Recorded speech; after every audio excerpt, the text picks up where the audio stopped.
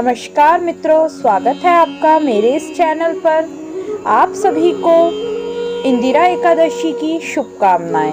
इंदिरा एकादशी 10 अक्टूबर 2023 को मनाई जाएगी। पितृपक्ष की इंदिरा एकादशी बहुत महत्वपूर्ण मानी जाती है।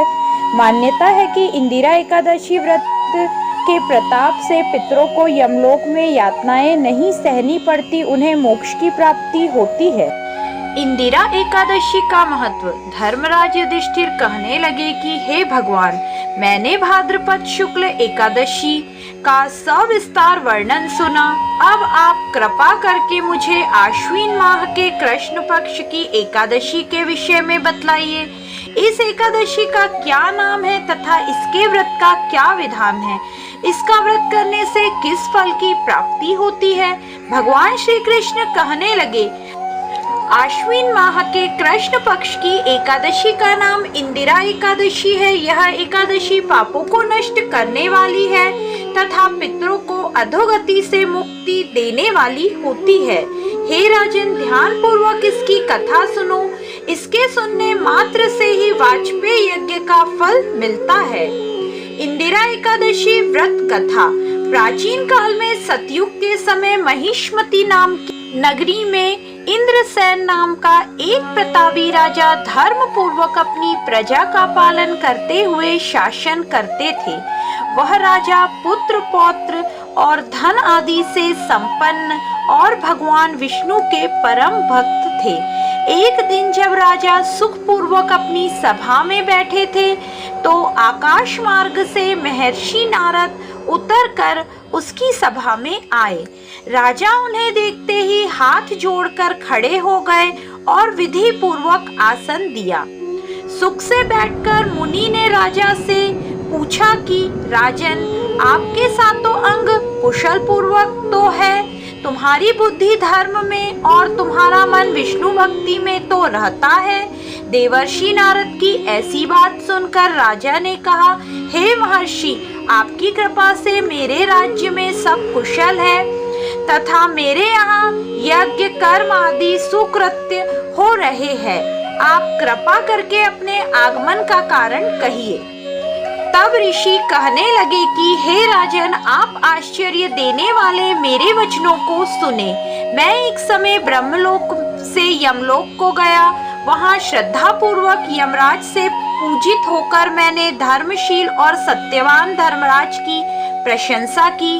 उसी यमराज की सभा में महान ज्ञानी धर्मात्मा तुम्हारे पिता एकादशी का व्रत भंग होने के कारण उन्हें मैंने यमलोक में देखा। उन्होंने मुझे संदेश दिया, सो मैं तुम्हें कहता हूँ। उन्होंने कहा कि पूर्व जन्म में कोई विघ्न हो जाने के कारण मैं यमराज के निकट रह रहा हूँ।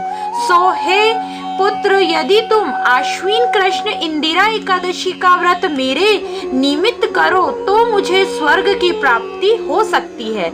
इतना सुनकर राज कहने लगा कि हे महर्षि, आप इस व्रत की विधि मुझसे कहिए।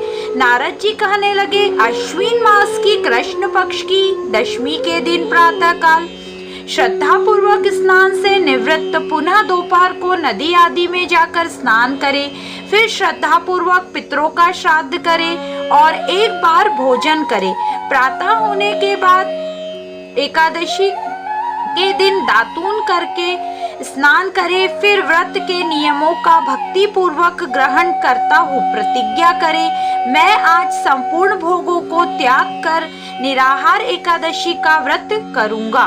हे अच्छायुत, हे पुंडलीकाक्ष, मैं आपकी शरण में हूँ, आप मेरी रक्षा कीजिए। इस प्रकार नियम पूर्वक शालिग्राम की मूर्ति के आगे विधि पूर्वक श्राद्ध करके योग्य ब्राह्मणों को फलाहार का भोजन कराए और दक्षिणा दे।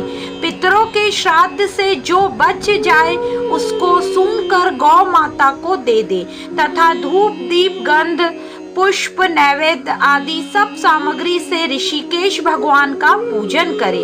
रात में भगवान के निकट जागरण करे। इसके पश्चात द्वादशी के दिन प्रातः काल होने पर भगवान का पूजन करके ब्राह्मणों को भोजन कराए।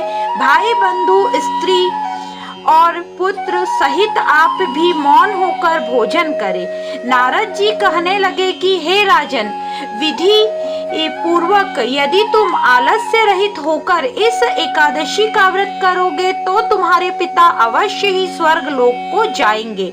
इतना कहकर नारदादि अंतर ध्यान हो गए। नारद जी के कथनानुसार राजा द्वारा अपने बांध बंधुओं दोस्तों सहित व्रत करने से आकाश से पुष्प वर्षा हुई और इस प्रकार राजा के पिता गरुड़ पर चढ़कर विष्णु लोक को गए। राजा इंद्रसेन भी एकादशी के व्रत के प्रभाव से निकष्ट राज्य करके अंत में अपने पुत्र को सिंहासन पर बैठाकर स्वर्ग लोक को गए। हे युधिष्ठिर, यह इंदिरा एकादशी के व्रत का महात्म्य मैं तुमसे कहा। इसके पढ़ने और सुनने से मनुष्य सब पापों से छूट जाते हैं और सब प्रकार के भोगों को भोग कर वैकुंठ को प्राप्त होते हैं। जय श्री कृष्ण। ओम नमो भगवते वासुदेवाय।